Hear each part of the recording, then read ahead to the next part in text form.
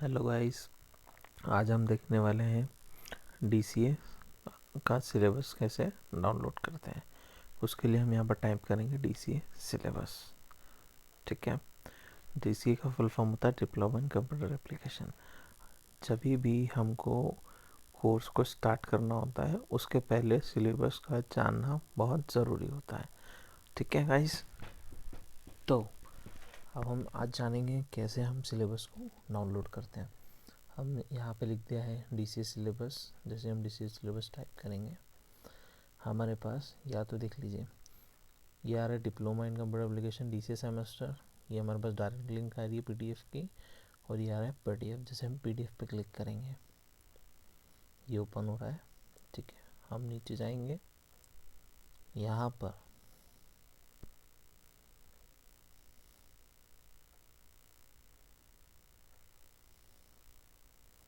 Back आते हैं, यहाँ पर हम जाएंगे।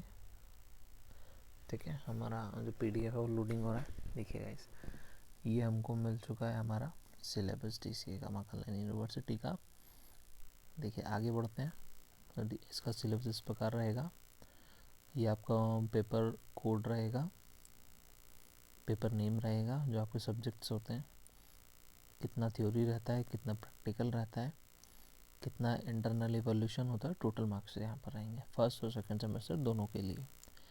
अब आगे देखते हैं। इसमें हमारे पास से फर्स्ट जो हमारा रहेगा कॉमन फर्स्ट सेमेस्टर में कंप्यूटर फंडामेंटल्स। ठीक है।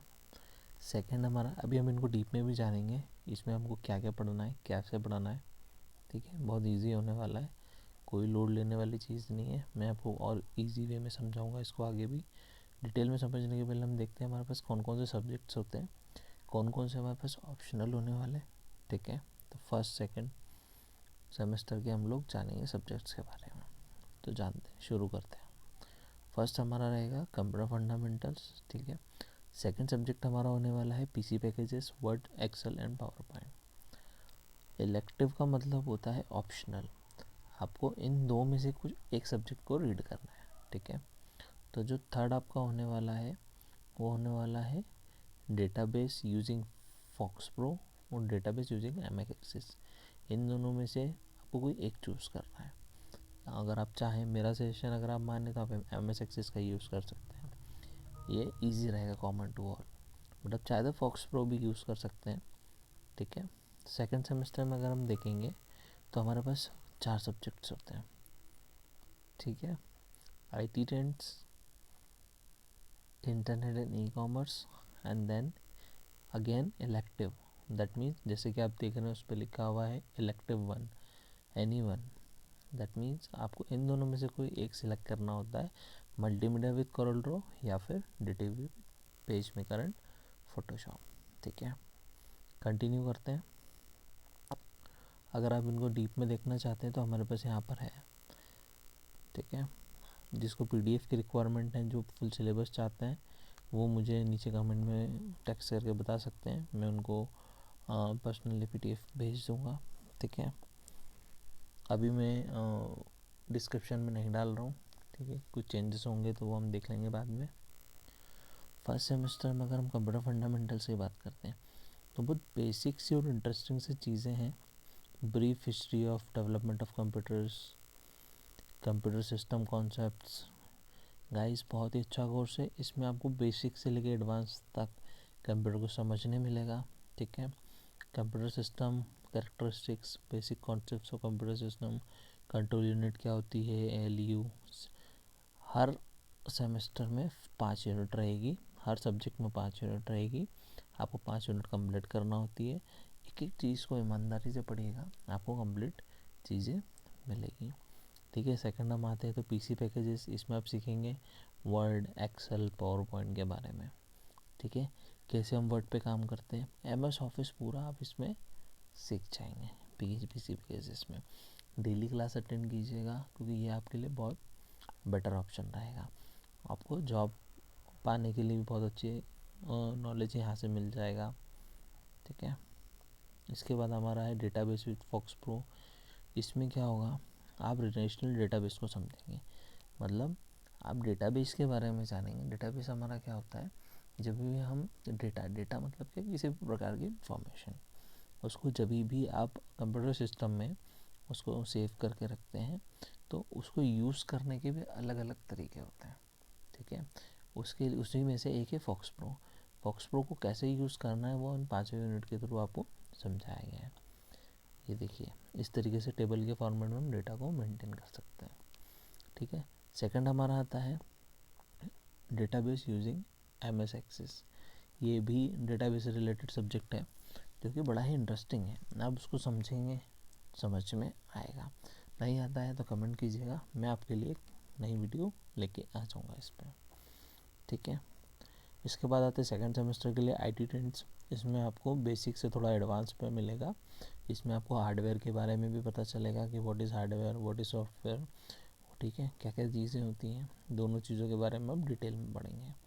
फिर उसके बाद होता है मल्टीमीडिया, कि मल्टीमीडिया में कौन कौन सी फाइल होती हैं, किस टाइप्स के फॉर्मेट्स होते हैं, ठीक है, क्या क्या साउंड्स होते हैं। मल्टीमीडिया से रिलेटेड सारी जानकारी आपको सेकंड यूनिट में मिलेगी। देन आता है आपका गवर्नेंस, डेमोक्रेसी, ठीक है। इसका हम यूज़ कहाँ कहाँ करते हैं, कैसे करते हैं और ये कैसे हमारे लाइफ में यूज़फुल है, ये इसको थर्ड यूनिट में बताया गया है।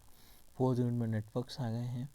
फिफ्थ यूनिट में आपको समथिंग AI कॉन्सेप्ट और समथिंग क्लाउड कॉन्सेप्ट्स के बारे में बताया गया है, ठीक है। सेकंड हमारा जो है सब्जेक्ट है वो इंटरनेट एंड ई-कॉमर्स है, ठीक है। इसमें भी आपको पूरे टॉपिक्स दिए गए हैं, कैसे करना है, क्या करना है, ठीक है। इसमें रिकमेंडेड बुक्स भी यहाँ पे मेंशन की गई है। अगर आप चाहते हैं और डिटेल में पढ़ना, इन बुक्स को आप ऑर्डर कर सकते हैं, ठीक है, जिससे आप और भी डीप नॉलेज ले सकते हैं, कैसे करते हैं, क्या करते हैं, वो आपको यहाँ से मिल जाएगा। प्रैक्टिकल क्वेश्चंस चाहिए तो इन क्वेश्चंस को जो नीचे दिए गए हुए हैं एक बार रीड कर लेना। सभी सब्जेक्ट से अपने अपने नीचे आपको लास्ट में ये पेज एडेड मिलेगा PDF में, तो ये आपकी काफ़ी हेल्प करेगा जानने के लिए कि आपको कैसे पढ़ना है, क्या पढ़ना है और क्या चीज़ें एग्ज़ाम में आपको लिख के आना है, ठीक है। नेक्स्ट हमारा मल्टीमीडिया विद कोरल ड्रॉ, ठीक है। सेम उसके भी यहाँ पे सभी टॉपिक्स लिखे हुए हैं। ऐसे ही सारे सब्जेक्ट्स यहाँ पे आपके लिए अवेलेबल हैं।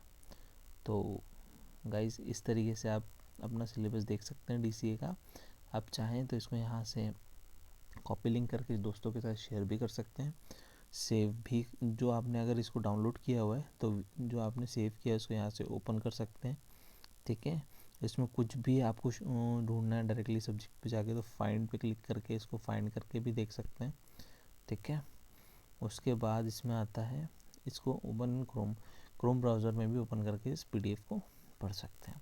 तो इस तरीके से आपको पास एक सिलेबस होना भी ज़रूरी है, आपको जिससे एक रोड मैप मिल जाता है कि कैसे आपको पढ़ना है, क्या करना है, किस तरीके से हमको प्रिपरेशन करनी है एग्ज़ाम के लिए।